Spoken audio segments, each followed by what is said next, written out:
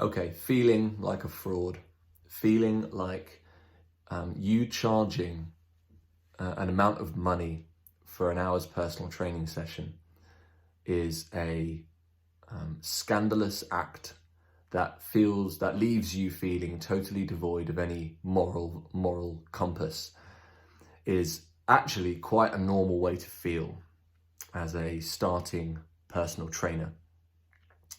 I've spoken to many trainers, I've worked directly with many trainers who feel this way. And the best thing I have to tell them first is that every person that you look up to was once where you currently stand today, both physically in the gym or studio that you work in, and mentally with the current lack of self-belief and confidence and esteem that you have.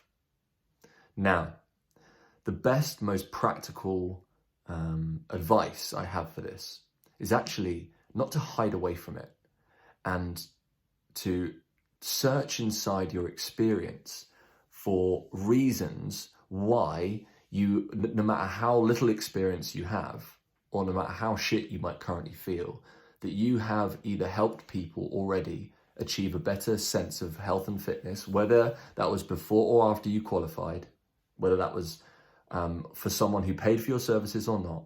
You helped someone make a dramatic and significant improvement in the way that they work out, the way that they eat, the way that they stretch, the way that they move, their attitude towards exercise in general. You have done that, and you might be shaking your head thinking, no, I haven't done that yet, but you have. Now, people have taken that advice from you for free, and that this might be years ago.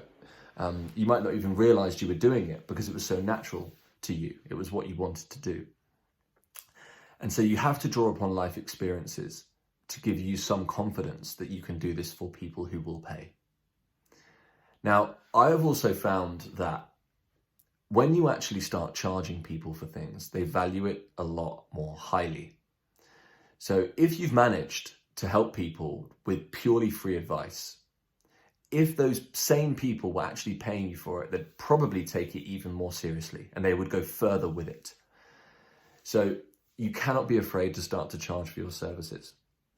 Now, the other element to this that I found personally quite useful is actually tackling this head on with clients, that when someone enlists you for helping them achieve a particular goal, that actually once you've established what the goal is, you can say, look, I don't have all the answers right now, but let me give you the script for this. I don't have all the answers, but what I do have is a particular set of skills. No, that was just a Liam Neeson take and jumped into my head. What I do have is a passion and an obsessive nature about wanting to help people become better versions of themselves in their body, their health, their fitness. And if I don't know the answer to a particular question that you might have, I promise you, I won't rest until I've found it. And by being upfront about your shortfalls of knowledge, which everyone has and everyone will if you continue to learn, then you can actually be really upfront about it. And once you've voiced it and got it out of your head, and the way your client's going to respond to that kind of message is only going to be positive, because they're going to be drawn in by your will to want to help them, that all of your worries are going to start to dissipate and waste away. So I think actually being more honest with yourself about how you've helped people and being more upfront with the clients that are going to pay you and are paying you for your services is the best way to overcome self-doubt and a lack of self-esteem.